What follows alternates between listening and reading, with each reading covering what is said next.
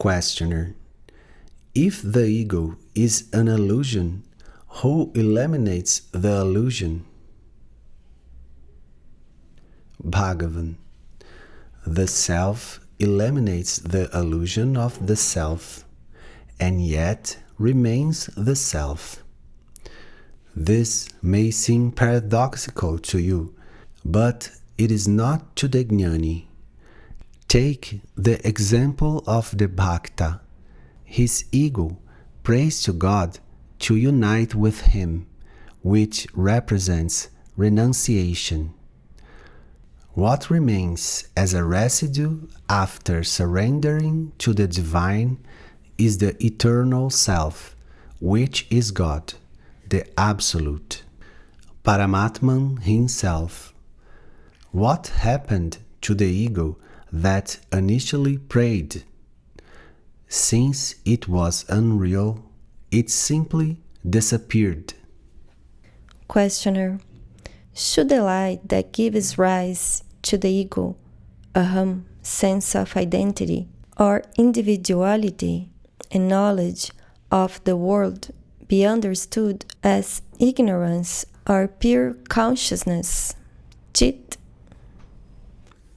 Bhagavan: it is simply the reflected light of chit, pure consciousness, that makes the ego believe itself to be different from others, in addition to creating objects. For there to be reflection, there must be a surface on which it appears. Questioner: what is this surface?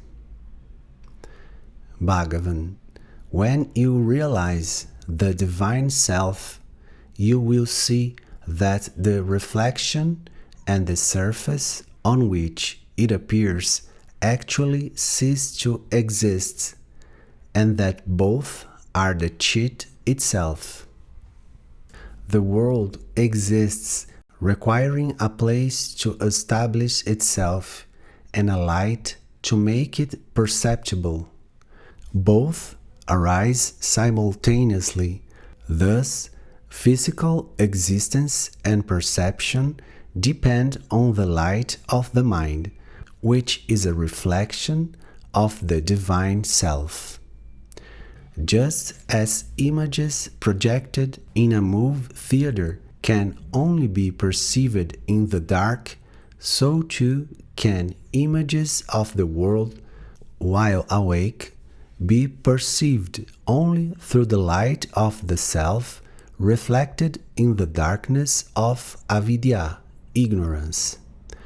The world cannot be seen either in total obscurity of ignorance, as in deep sleep, or in the total luminosity of the divine self upon attaining self-realization in samadhi. Bhagavan: it is the same as mind control. The ego surrenders when it recognizes the supreme authority of the Atman. This is the beginning of surrender. Although the ego cannot exist without the self, yet, in the face of ignorance of this fact, it remains rebellious and acts on its own initiative and will. Questioner: how can the rebellious ego be subdued? Bhagavan: in two ways.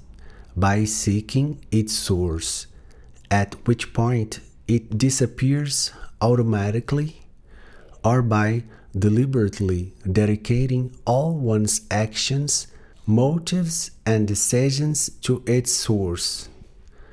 Habits create the false impression that thinking is a permanent institution inescapable of being dispensed with. But self-inquiry, ātma-vichāra, and discrimination will destroy this fallacy. No one succeeds without effort, and the few who have made the effort owe their victory to perseverance